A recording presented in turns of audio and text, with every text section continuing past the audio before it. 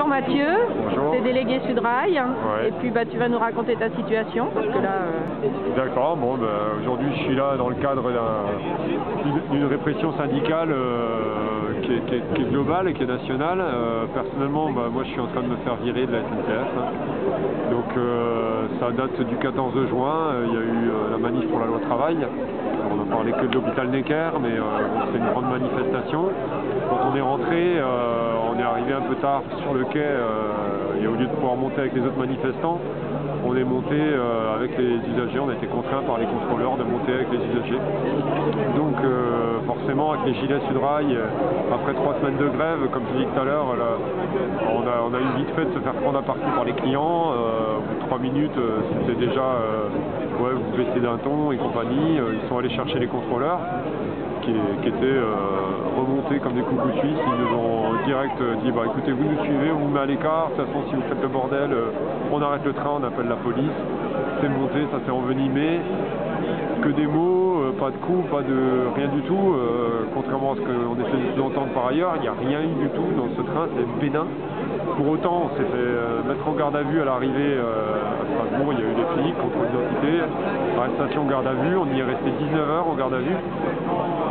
Ce qui est aujourd'hui pas si rare que ça, il y a beaucoup de gens qui finissent en garde à vue pour des conneries, et là c'était le cas. Et finalement, bon, le contrôleur s'est rétracté le lendemain, il avait raconté beaucoup de choses, comme quoi il avait menacé, il s'est rétracté parce que c'était pas vrai et qu'il a eu l'honnêteté de le faire, donc ça a été classé sans suite.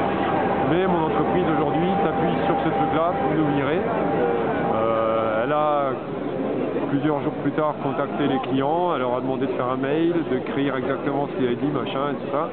Ils ont trouvé donc une dame et son voisin qui ont dit en gros qu'on l'avait traité de tous les noms, ce qui n'est pas vrai. Mais l'entreprise le croit ou fait semblant de le croire parce que elle a tout intérêt à me virer. Je suis délégué du personnel, un délégué qui commence à prendre un petit peu d'ampleur dans ce qu'il fait sur Mulhouse. Et c'est vrai que ça n'allait pas s'arranger. Je suis plutôt un élément qui allait s'endurcir et continuer de faire monter comme ça une lutte voilà, sociale. Et aujourd'hui, ils ont trouvé une occasion de me virer. Christophe, il est déjà dehors, c'est presque un dommage collatéral. Bon, c'est un militant, mais il n'a pas les responsabilités. Oui, donc vous étiez deux, donc, dans le deux, voilà. Et lui, il est déjà dehors, il a déjà perdu son boulot, donc c'est concret. Et moi, par contre, j'ai encore l'inspection du travail, que je viens de rencontrer d'ailleurs, et qui va s'occuper du dossier, et derrière la ministre. Donc voilà, c'est les prochaines étapes. Et du coup, pour ça, j'essaie de mobiliser, j'essaye maintenant de faire du bruit autour de l'affaire, ce qu'on n'a pas fait au début, parce qu'on ne pensait pas qu'il arriverait jusque-là. Donc j'essaye de faire une mobilisation. Le 16 novembre, on a un rassemblement à Mulhouse, où il y aura Michael Wallman de la CGT Goodyear et d'autres syndicalistes un peu de France qui viendront dire ce qu'est la répression aujourd'hui syndicale, qui est énorme au niveau national. On le voit là avec les sites d'Agno. Et que ce soit au pénal ou en disciplinaire, on a vraiment des sanctions qui sont très lourdes et une pression qui est mise, et ça marche, ça brise les gens, ça fait peur. Et moi dans ce cadre-là, j'ai décidé de faire du bruit parce que je ne veux pas accepter de me faire virer ou quoi que ce soit d'accord, ou que ça se passe en sous-main, ou que ça se passe à la justice, il faut que ça se passe dans la rue, il faut que ça se passe dans des rassemblements comme ça.